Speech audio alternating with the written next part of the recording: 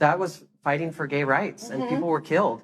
Nobody was killed at Stonewall. Nobody was killed. When Dax competed on season 8 of RuPaul's Drag Race, to most fans, there wasn't much about her that we really got to learn. She'd end up lasting 2 episodes until getting eliminated in the second ever double elimination of the series. Dax is also the drag mother of Violet Chachki and influenced Violet's makeup to be more extravagant. So you can imagine how after Violet won season 7, Dax was in a position where she had some very big shoes to fill in terms of expectation. Yet despite Dax at one point being in the same room as Violet on episode 1, there was never a mention about them being part of the same drag family. Granted, they could have very well talked about it and production just decided to edit it out, but it seems like a pretty vital piece of information to leave out of the story. Now, what was part of Dax's only storyline was the padding choices she made on both episodes she was in, with the other queens later admitting in Untucked that they noticed Dax's padding looked a little bit suspicious, but they didn't say anything out of not wanting to be disrespectful. Speaking of Dax's runway package, she was originally planning on including a lot more cosplays of characters she loved, but due to copyright reasons, she was not able to go through with most of them. It also seems that Dax was not able to keep a close friendship with most of her fellow cast members from season 8, as many of the other queens, including Dax herself, have told the infamous story that during the airing of season 8, Dax randomly left a group chat that the cast had made for all the queens. Ultimately, Dax's time on Drag Race would come to an end when she was placed in the bottom 2 against Layla McQueen, where they lip-synced to a song that had been hyped up to be on the show for many years, which was I Will Survive by Gloria Gaynor. But they would both end up doing a not very good job with their lip sync. The performances just felt so flat and messy. While it was true that Dax did do a slightly better job than Layla, Ru decided to send them both home, which left the episode on a cliffhanger as RuPaul called a mystery queen on the phone to join the competition. Michelle,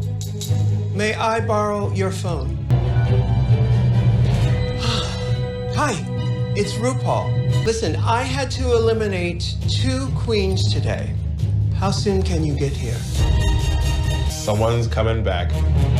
Back when this first aired, the speculation surrounding who could be the returning queen was all over the place. There was even rumors that this could be when Scarlet Starlet joins the cast, a queen that had fooled Nancy Drews everywhere into thinking she was on Drag Race by going off all her social media. I mean, Bob the Drag Queen even thought Porkchop could be the returning queen. But despite all the speculation, what we ended up getting was Naysha Lopez instead. Anyways, in regards to the double elimination, Dax said that both her and Layla felt destroyed when they found out both of them would be leaving. And Dax didn't really get along well with Layla to begin with, because according to her, one time in the workroom, she noticed that she and Layla had the same shirt. But after Dax made a joke about this, Layla was sort of passive aggressive towards Dax. And after that moment, Dax felt that they were never going to be friends. There was also a part of her that wished that RuPaul would have just chosen one of them to leave, as it just felt like overkill for both queens to go home. And honestly, it must have been really difficult to go home on the second episode in a double elimination after your drag daughter had just won the season prior. But luckily for Dax, most fans had no idea thanks to the edit never mentioning it. So she kind of got to avoid that aspect of the fan base. Okay, so an interesting story I came across while doing research for this video was that Dax actually helped save the life of a person that had been shot by a gun. This happened in 2017 during the airing of season 9. Dax was at a bar until she suddenly heard a loud gunshot. Bam! Bam! Moments later, the victim staggered into the back door of the bar. The man had been shot in the leg, so Dax tore off the Violet Chachki t-shirt she was wearing and used it to create a tourniquet to stop the bleeding. Luckily, the bullet went right through the body and no major arteries were hit. The police then arrived pretty quickly and the man was taken care of. It's stories like these that I wish would get reported on more often. I mean, who would have known that a Violet Chachki t-shirt would come in so handy? Now, one of the most notable things that happened to Dax after the airing of season 8 was being credited as one of the influences for the first ever drag queen superhero to enter the Marvel universe. The character in question was called Shea, a drag queen mutant created by a guy named Sina Grace, who had been working in the comic book industry for many years. Sina Grace said that the character of Shea was inspired by not just Dax, but also the Vixen, Monet Exchange, and Shea Coulee. Yet, in an interview that he did with Hey Qween, when Sina Grace talks about what it was from each queen that inspired him to make Shea, according to him, Dax ended up being inspiration for the character because he once met Dax at a convention and was very impressed by her drag aesthetic. I guess the fact that Dax was doing cosplay made him realize that there could be a connection between drag and superheroes. In regards to Shea Coulee, according to Sina, it was Shea Coulee's confidence that inspired him to make the character. Moving on to Monet Exchange, Sina Grace says it was Monet's smile and her curves that inspired the character. And in regards to the Vixen, he never really gave an answer. In the middle of the interview, he also says that he just happened to pick the 4 random queens when responding to an Instagram comment, which made me feel that perhaps his inspirations for the queens must have consisted in just wanting to have some relation between RuPaul's Drag Race queens and Marvel, which is a great marketing tactic. Now, when Darkveil was first announced, it would end up causing some small beef between Dax Exclamationpoint and Nina Bonina Brown. While on Hey Qween, Dax said that Nina is always accusing people of stealing her looks. Some context for this is that Nina had posted on her Instagram a picture of a look, a character that both her and Dax had cosplayed at different points in times, asking fans who they thought had done a better job. This bothered Dax because it seemed like a random way of coming for her. Dax then accuses Nina of always thinking that everyone is always coming for her even though no one is thinking about her in the process, stating that Nina has come for many people on different occasions. In the interview, Dax was wearing her cosplay of Darveil and began to shade Nina's interpretation due to it being mostly made of duct tape. You're like, oh, she copied me. No, queen. I was not, but also I am not wearing a duct tape costume right now, so there's that. As someone who made a custom pattern for the bodysuit she's wearing and then hand sewed it together, I did not use gold duct tape on a Leg Avenue bodysuit from Amazon.com or a military surplus belt from Amazon.com or earrings from Target. If we go do shade, let's do some shade. Nina would end up responding to the situation in her YouTube channel and doubled down that it is true that a lot of people that follow her eventually copy certain things that she does, whether it be inspiration wise or just makeup styles, which isn't all that far-fetched. I mean, a lot of people began using Nina's paper style of drag after the airing of season 9. It's only natural that after being showcased on a big platform like Drag Race that you would inspire fans to try out your style. Plus, Nina's drag is one of the most creative styles of drag that exist at the moment. But given Dax's reaction, it's clear that she wasn't inspired by Nina in any way. Nina felt the Darkveil seemed to have been inspired by every other black queen except for her, despite there being such a big similarity between her style of padding and Darkveil's silhouette. Sina then responded to this by listing off a bunch of queens of color that he also didn't include as inspiration for the character, adding that when he was listing off the inspirations for the character, he was just responding to an Instagram comment, so he picked the 4 that came to mind. Yet he also decided to add that he felt that on Drag Race, Nina wasn't providing who Darkveil is, calling both Nina Bonina Brown and Mo Hart lanky queens. And like, I wanted to be like, wait a minute, hold on, like, I didn't bring up Monique, I didn't bring up Peppermint, I didn't bring up the countless queens who aren't on Drag Race. On top of that, I just picked the 4 on like an Instagram comment. She and, you know, like Monique are very like lanky. And again, like I said, I wanted a full ass queen. But even then, the reasoning provided by the creator as to why Nina wasn't part of the inspiration made absolutely no sense. Sina felt that Nina Bonina Brown was too lanky on the show, which didn't fit with the essence of who Shea was. But that makes absolutely no sense since Nina was known for having a full body, completed with curves. I mean, if he watched season 9, he'd know that a big reason why Nina wanted to be Black China was so that she could serve some more curves on the runway. Can I get a Nina Bonina Brown should have been Black China in the comments? Thank you. If anything, Nina felt that she did embody the character because she was constantly evolving her drag style and trying new types of things every day. Nina was also the first queen to do an official cosplay of the character of Darkveil, because even though she wasn't listed as an official inspiration for it, she still wanted to pay tribute to the character because she loves the concept of it. Dax criticized Nina's cosplay of Shea as something that looked like it was ordered on Amazon, to which Nina responded that perhaps Dax should have purchased her wig from Amazon Amazon because it was looking kind of dry. I see that. If anything, you would think that it would be kind of inspired by me, being that I am somebody who's into stuff like that. I am a superhero. I'm always changing my looks. I'm like a transformer. I'm a chameleon. And you would think, and then I know Dax said something about, well, she got her outfit from Amazon. I made mine.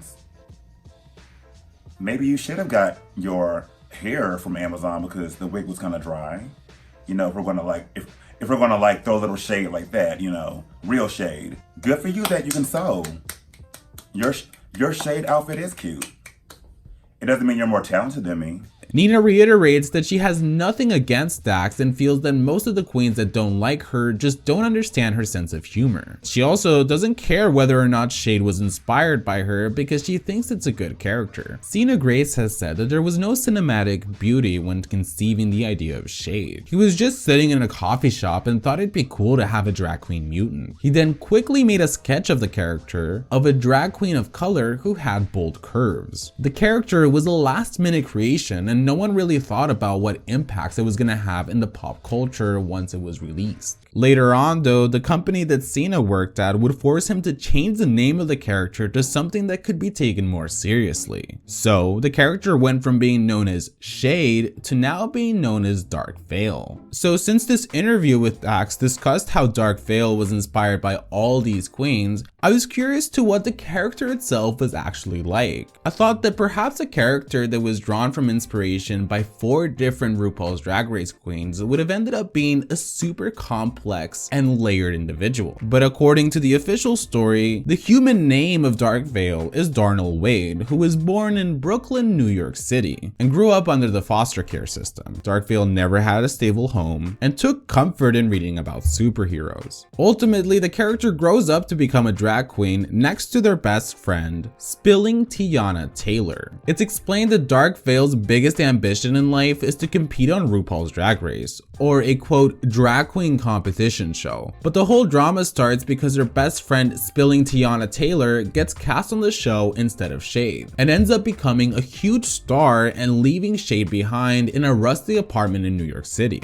It is at that moment that Darkveil's mutant powers manifest, which is the power to control dark force energy, or in simple terms, she can teleport herself. The character would go on to make a couple more appearances on some more comic book issues, but hasn't been in anything since and tends to be more of a cameo. But what ended up happening to Darkveil? Sina had created the Marvel Iceman series, which had a main character that was gay. His Iceman series launched in 2017, but was cancelled due to low sales. But it did, however, end up getting revived months later. This would be the same comic book series where Darkveil would end up making her debut. A year later, however, in August of 2020, an article was released where Sina Grace, the creator of Shade, accused Marvel Studios of essentially soft firing him from the company due to not liking his ideas. The drama started to manifest when he told the editor of the company that Shade would be a big deal for Marvel fans and wanted to explore ways of marketing it. But apparently, most of the people in the company weren't all that interested in the character concept, so they sort of brushed it off. Eventually though, the character came to life in the comics, and within the gay media outlets, the accomplishment was great to see.